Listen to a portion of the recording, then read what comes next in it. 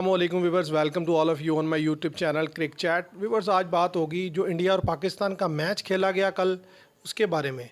अगर बात को शुरू किया जाए, ज़रा मैच आप सब लोगों ने देखा है और सबको पता है क्या स्कोर कार्ड रहा, तो मैं कुछ चीज़ें आपके सामने रखना चाहता हूँ और चाहूँगा कि आप कमेंट्स में ज़रूर बताएं कि आप मेरी जो मैंने ये बातें की हैं इनसे आप एग्री करते हैं या डिसएग्री करते हैं। तो पाकिस्तान की टीम की अगर बात की जाए तो हमें कोई एक मर्ज़ या कोई एक बीमारी लाक नहीं है, हमें मल्टीपल डिजीज़ जो है ना, हम उससे गुज़र रहे हैं। अगर आप देखें तो पाकिस्तान की जो टीम है, इसके अंदर एक जो मर्ज़ हमें लाहक हुआ है वो क्या है, पुअर सिलेक्शन का, कि सिलेक्शन इंतहाई गंदी थी। इसके अलावा दूसरा जो प्रॉब्लम हमें फेस करनी पड़ी है या जो बीमारी हमें लगी है वो है इनएबिलिटी टू परफॉर्म। हमारे अंदर इतनी कैपेसिटी नहीं है कि हमारे लड़के परफॉर्म कर सकें। ऐसे ही अगर बात की जाए, एक तीसरी बीमारी जो मैं समझता हूँ टीम में है वो है ग्रुपिंग की। और एक चौथी बीमारी की अगर बात की जाए वो है हमारे अंदर खुदगर्जी की, सेल्फिशनेस की। ये चार बीमारियां तो प्रोमिनेंट हैं, इसके अलावा भी हैं जो पाकिस्तान की टीम के अंदर मौजूद हैं, जिसकी वजह से पाकिस्तान क्रंच गेम और मैच बनाकर लूज़ करता है। अब अगर आप कल के मैच को देखें तो पाकिस्तान एक स्टेज पर जो है वन साइडेड मैच हार रहा था। वो स्टेज थी जब इंडिया ने 10 ओवर्स में 82 कर लिया था और उन्होंने 2 विकेट लूज़ किए थे।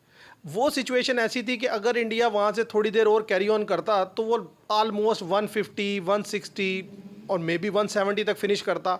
तो इस विकेट पे वो तो आप समझे कि नामुमकिनात में से था उसको चेस डाउन करना। लेकिन जब इंडिया ने गलती की, ऋषभ पंत ने गलती की, अक्षर पटेल ने गलती की, सूर्या कुमार ने गलती की, तो उन्होंने अलाउ किया पाकिस्तान को कमबैक करने का और पाकिस्तान ने कमबैक किया। और कम बैक करने के बाद पाकिस्तान ने उन्हें उस टोटल पे रिस्ट्रिक्ट कर लिया कि जो कि इस विकेट पे चेज डाउन हो सकता था और होना चाहिए था। अब इसके बावजूद अगर हम स्कोर चेज नहीं कर सके तो जो बीमारियां मैंने आपको बताई हैं पाकिस्तान की टीम की, ज़रा आप उन्हें जहन में रखें और मैं आप जो चीज़ें आपके सामने पॉइंट आउट करूँगा तो आपको खुद समझ आ जाएंगी। देखिए, अगर आप शॉट देखें रिजवान की, कि वो रिजवान जो है आपके मेन बैटर हैं और उन्होंने पूरे मैच में 3 या 4 बड़ी हिट्स लगाई हैं और उन 3-4 बड़ी हिट्स में से 2 बड़ी हिट्स उन्होंने लगाने की कोशिश किया अगेंस्ट बुमराह।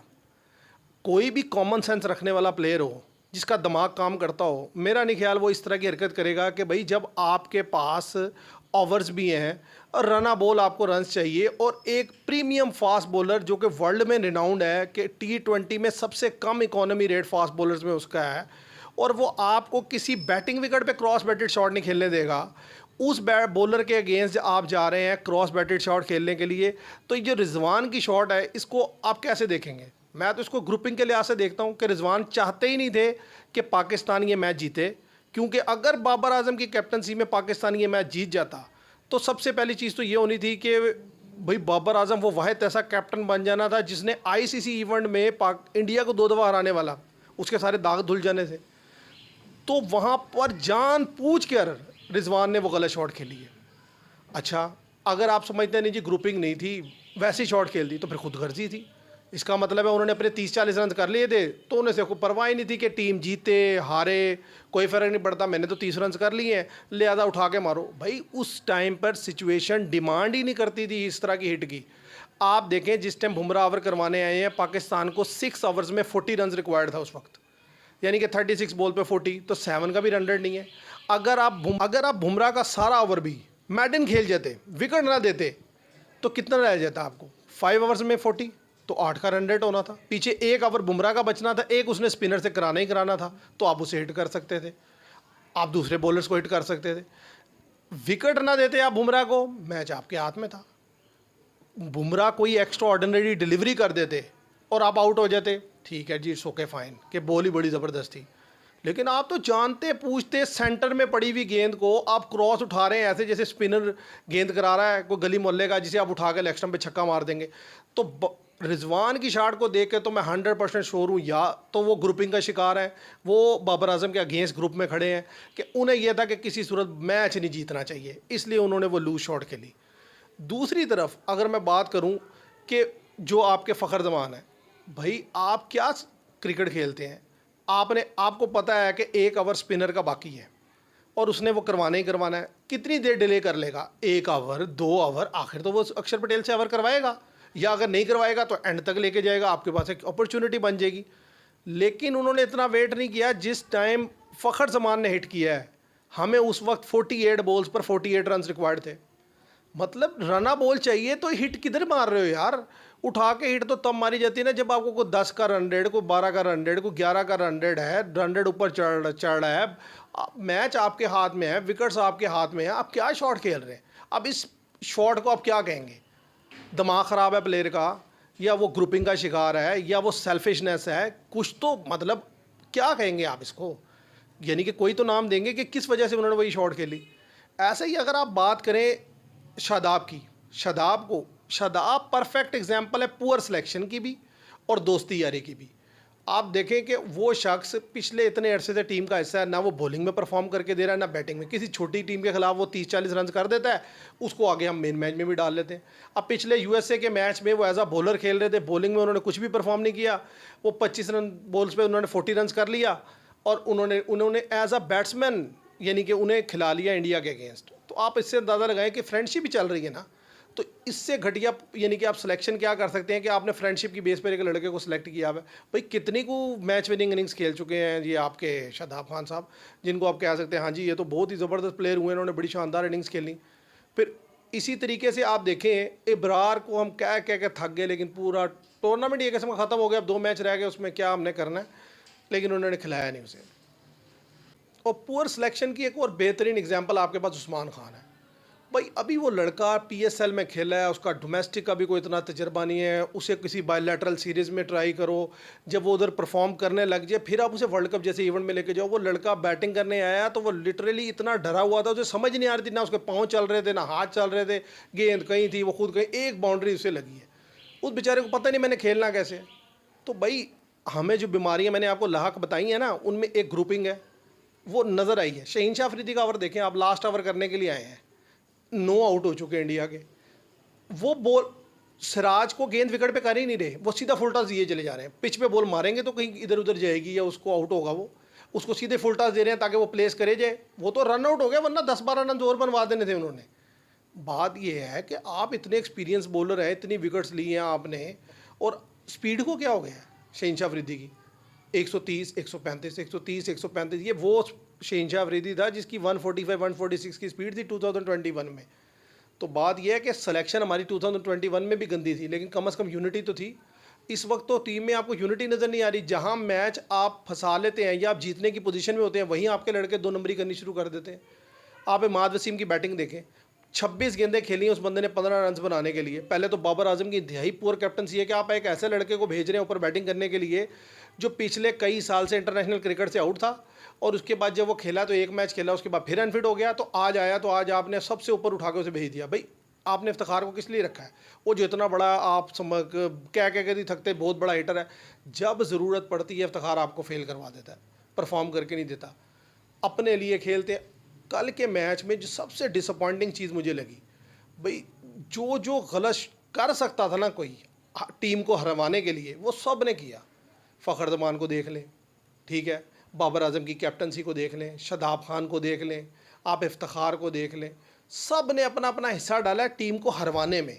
सब ने अपना अपना रोल प्ले किया, जानते पूछते ऐसी हरकतें की हैं जिससे टीम नीचे लगे। जब रिजवान ने शॉट खेली बुमराह के अगेंस्ट, तो हमें उस टाइम तकरीबन रना बॉल चाहिए था, चले वो आउट हो गए। उस ओवर में हम क्या रन बना सके? 3। उससे नेक्स्ट ओवर किया अक्षर पटेल ने। अक्षर पटेल का ओवर सबको पता था कि ये वो ओवर है कि जिसे हमें यूटिलाइज़ करना है और उसमें 10-15 रन निकालने हैं, क्योंकि अभी बुमराह का एक ओवर है और फास्ट को हिट करना मुश्किल हो रही थी, तो इसको लगाई जा सकती थी। इमाद वसीम ने पूरा ओवर बीट किया है, और मजाल है कि उन्होंने हिट की ट्राई की हो। सिर्फ क्या शॉट, पीछे होके कट शॉट। भाई कट शॉट लग भी जाएगी तो क्या होगा, पीछे फील्डर लिए हैं, सिंगल हो जाएगी ज़्यादा से ज़्यादा। इमाद वसीम ने 26 गेंदों में से किसी गेंद पे भी स्टेप आउट करके कोई हिट करने की कोशिश नहीं की, सिर्फ वो पीछे होते थे और कट करने की कोशिश करते। भाई उस कट से होना क्या, सिंगल।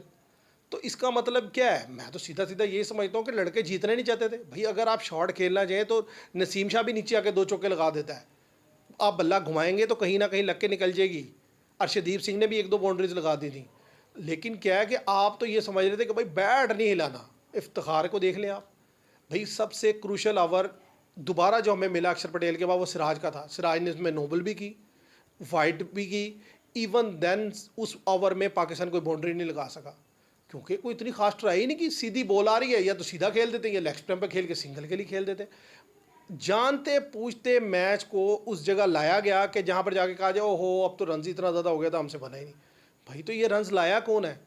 जिस टाइम 12 ओवर में 72 रन्स था, पाकिस्तान के 2 विकेट थी, उस टाइम तो 48 बॉल्स पे 48 चाहिए था और 8 विकेट्स इन हैंड थे हमारे।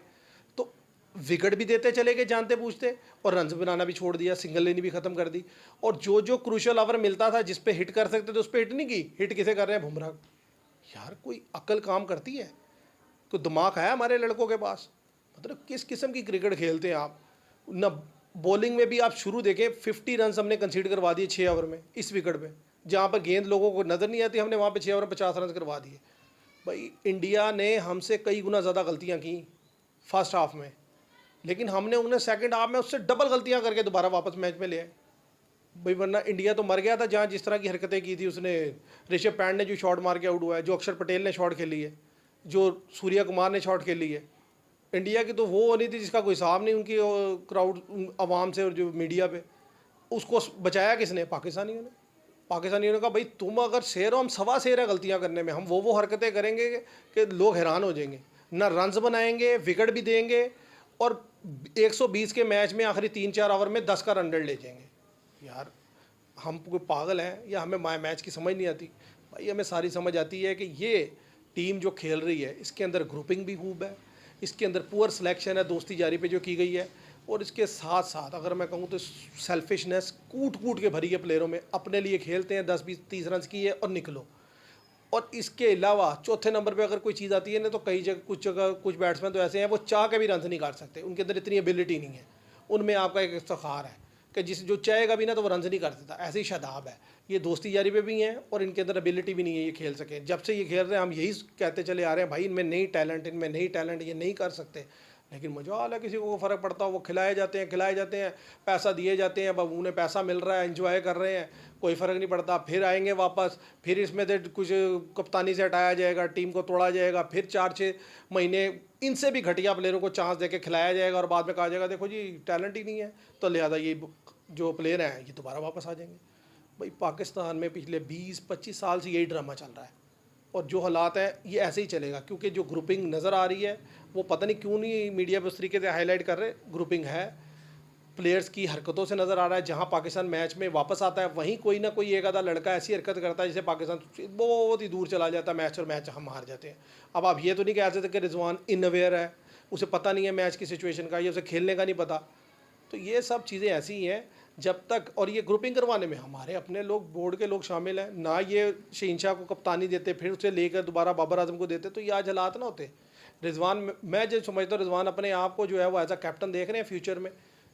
उन्होंने कहा भाई अगर ये मैच जीत गया तो ये तो उसकी तो वाह हो जाएगी कि यार बाबर आजम की कप्तानी में दूसरी दफ़ा पाकिस्तान जीत के ने हरा दिया इंडिया को, लिहाजा इसे मैच नहीं जीतना चाहिए।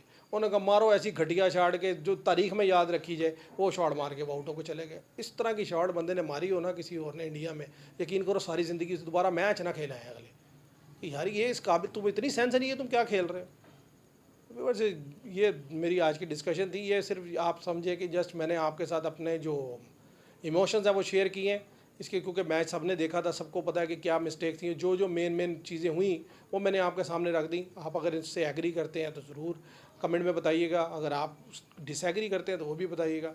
Thank you very much.